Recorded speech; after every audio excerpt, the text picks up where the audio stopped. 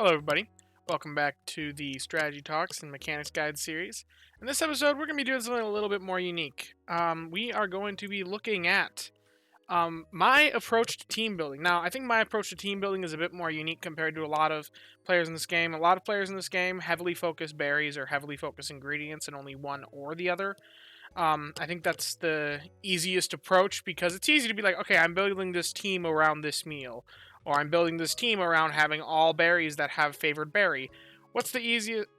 Those are pretty easy teams to come around with, but I just wanted to show you guys kind of how my brain breaks down and how I process and how I go about planning for events and stuff as I'm designing teams. So, to do this, I'm actually going to be live building a team while recording this, based off a random event that we make. So, we're going to pick a type. That type is going to get the standard type event bonus that we typically see, of plus 3 main skill levels, plus 1.5 times skill trigger rate, and the extra ingredient or whatever, and fixed favored berry. We're going to fix all those things, and then we're going to build a team based around that. Which I realized I also forgot to put in a wheel for meal type as well, but we'll roll the type first. So we're looking at a dark type event. This is going to be if Darkrai got what it's... Instead of being a combined event for Cresselia versus Darkrai, if Darkrai was on its own. Now, let's see. Are we going to get desserts? Are we going to get curries? Or are we going to get salads? What is it going to be? It looks like we're going to plan for a dark type event with desserts for the meal. So, now we've figured all that out, let's start planning the team how I would start planning the team. So, first things first, we're going to plug in the event bonuses, which is going to be no berry count adjustments, but ingredient count adjustment to dark types, skill trigger rate adjustment to dark types, and skill level adjustment to dark types. Let's take a look at that. How would that work? Now, first things first, before we even get any dark types on the team, we drop on our healer. For me, that's Gardevoir. I also have a Wigglytuff. If I had rolled Fairy, I probably would have gone with the Wigglytuff instead, just because that's what I have in my box. If it was Electric, then maybe I would have gone for a Palmont if I had one in my box. I currently don't have one, so Gardevoir would be the default.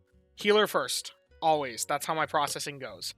Then I think, okay, it's a dark type event. I want to focus on my dark types. So let's see what dark types I have available to me. For me, that's my Tyranitar, my Houndoom, and apparently I also have this Absol. We're not going to include that, though, because that is not a good Absol. I probably threw that in there a while back, but I'll just throw in the Tyranitar and the Houndoom because they're kind of interesting to me. The Houndoom, not the best level right now, but let's say if I can get it to level... We'll just pretend if it's level 50, just for the sake of planning this. What's that going to look like? Now we're at Greengrass Island, just for assumption's sake, and Dark-type favored berry with all the Dark-type boosts. That is what we're looking at already for that. Now... what ingredients are we pulling in? I look at what Pokemon I have here, and I'm pulling in herbs, ginger, and soybeans. So is there any sort of combination that I can do with herbs, ginger, and soybeans on desserts? Probably not. That's a pretty horrendous mixture. But we have a little bit of soybeans up here. Ginger's way up here. So... yeah, let's see. And nothing really at all for herbs. So, that is a little bit unfortunate for the Houndoom. In fact, there's literally nothing at all in desserts for the herbs. So that is a bit rough. And the soybean thing is huge power soy donuts. So, maybe we don't actually use the Houndoom. We'll consider it. In fact, maybe the better choice is to go with a little bit of a higher tier meal that we'll be able to make with Pokemon. In my case, I would consider the Zingzap Spice Cola or the Tea Time Corn Scones. Probably the scones because I get a little bit of corn from the Gardevoir, some apples, a little bit of ginger from the Tyranitar, even though it's not much because it's its A ingredient on an ABC list. I kind of like that for targeting it. So maybe we could go for Zingzap Spice Cola, but that's going to take a lot of ingredient investment, or like a lot of investment of team slots, because I don't have quite as many of these ingredients already produced. So, given that, we want to make apples and maybe a little bit of milk. So, apples. Well, my go-to for apples is actually a berry specialist, because I have this Raichu that's got a mono apple list that I've invested all the way, and it's also a berry specialist. This is a shoe-in for producing apples. It produces roughly 55 a day. I do apologize. I forgot to go into Do Not Disturb mode in Discord. Sorry if any of you guys got distracted by a Discord notification there. Alrighty, well, my Raichu is kind of my go-to for apples. It's a phenomenal Pokemon, and gets me these apples for the Tea Time Corn Scones, or anything on desserts. Then, okay, what are we looking at here then? The next thing that we would need, really, corn or milk. So then, what else do we want to do? We want to try and make those last ingredients, or can we make them with what we can stockpile in the bag? And realistically, what we're targeting corn scones. Let's put this in here. So it's already actually logged here. If I say desserts, drinks, how much am I missing? We're missing 27 milk, 4 apples, 14 ginger, and 39 corn. There's a decent amount of stuff missing there, but we could maybe cover the gap with this milk, with actually this Espeon that I've recently leveled it. In fact, we'll pretend for the sake of this that we have it at skill level 7. This isn't reality, but we do have it at level 50. Let's pretend it was skill level 7. Because I could theoretically get there. But we're then only 3 milk off, 12 ginger, and 38 corn a day. If I add those couple things together, 1 apple actually. So if I want to say I have 5 more apples a day, here, I'll pull up a calculator on here so you guys can see this. So I want 5 apples a day, because I want to just have like a little bit of lenience to make sure that I don't get screwed by bad RNG. So I want to do like 4 beyond what the number is. So 5 apples, 7 milk, then 16 ginger, and then 38 corn. If we want to get that to be 4 beyond, that's 42 corn. As long as this number is under 100, we're good.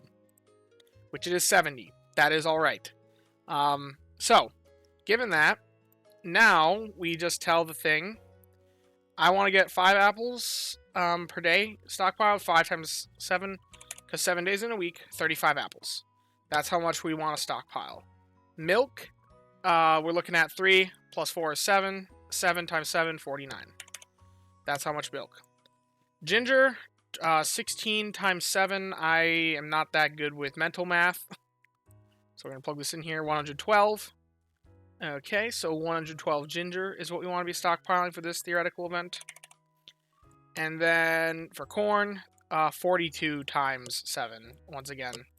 Sorry guys, I'm not that perfect with math, 294. So 294 ginger as well. Or not ginger, corn. So this is what we'd be looking like to stockpile. We have plus 4 per day on every single one of these. We're probably not going to get screwed by bad RNG. Also, I'm realizing here I forgot to actually put an account for good camp tickets, which actually means we probably don't need to stockpile up as much, because we're going to be producing more as a base. But we can easily do that stuff back. We'll only need like 6 ginger, so that's more like 42, and then 38 times 7 is 266. So, after doing all that, we're coming out to about 4 million. 4 million, but then what I like to do is I like to compare this to what I consider my berry baseline, which is, if we just say there are no, if we don't even care about the event bonuses, and we don't even care about meal type, what is our strength going to be? Without stockpiling or whatever. So, I just put in a team of my best berry Pokemon, which I know in my case is going to be my Raichu, my other Raichu, my Walrein. I've got a good Walrein as well. it is level 60. And then I also have a Gengar that serves like a berry Pokemon, but technically isn't. But it serves like it, so we'll throw it in there as well. At Greengrass, we're looking at 3.03 mil. So we are beating the berry baseline here, but we can make some improvements. This Walrein isn't quite contributing as much as the others are, as what you can see here. So we'll take the Walrein off, and we know that Dark Berry is favored. So maybe I consider one of my Dark Pokemon. Maybe the Houndoom. Now, the Houndoom actually comes out significantly worse here. If I got it to, say, level 50, it would be doing better. Maybe this is my berry baseline for this event, is actually this team, based off what I have. And if that's the case, then we're doing significantly better, so this is a decent team to consider. So that's kind of just a brief look into some of the ideas and stuff that go into my mind when I'm prepping a team for an event week. Maybe I'd consider swapping off this Houndoom if I think that something else would be more valuable there, because it's only producing 100,000 a week, which, as you can see over here, I mean, some of this Gengar actually produces that much, without even being favored at all for any of this. So, like, there are other considerations here that I may consider swapping things off, and then I may reiterate and run it again and again as I figure out which meals will actually balance and lead to the strongest results. But that's kind of how I look at events. And as Psychic type of week is coming up here, maybe you guys can run a similar sort of evaluation. Just throw your Pokemon into here. And when it comes to covering these last couple ingredients, I always put a preference towards non-ingredient Pokemon.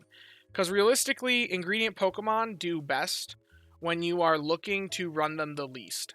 So ideally, a berry specialist or a skill specialist that has a skill that is synergistic with what you're trying to go for are the things that are going to be doing better, because you want to run ingredient Pokemon as little as possible. They're arguably the strongest specialty, but they are limited in the amount that they can output. And theoretically, if you can have a berry specialist produce the ingredients to create those very powerful meals, then there really is no reason to run the ingredient specialist, because it's the cooking that is strong, not the ingredient Pokemon that are strong. So, aside from that, berry specialists are uncapped. Skill specialists are theoretically uncapped depending on what the skill is. So, if you can run them and still make those powerful meals, then do that. That is always going to be better than running the ingredient specialists. Anyway, if you have enjoyed the video, and liked seeing a little bit of look into how I go about team building, then be sure to leave a like and subscribe. We have lots of content just like this all around this channel. And yeah, down in the description there will be a link to join our Discord. We talk about all things Pokemon, sleep, and the like. And as always, I thank you guys for watching and hope that you all have a wonderful day. Bye-bye now.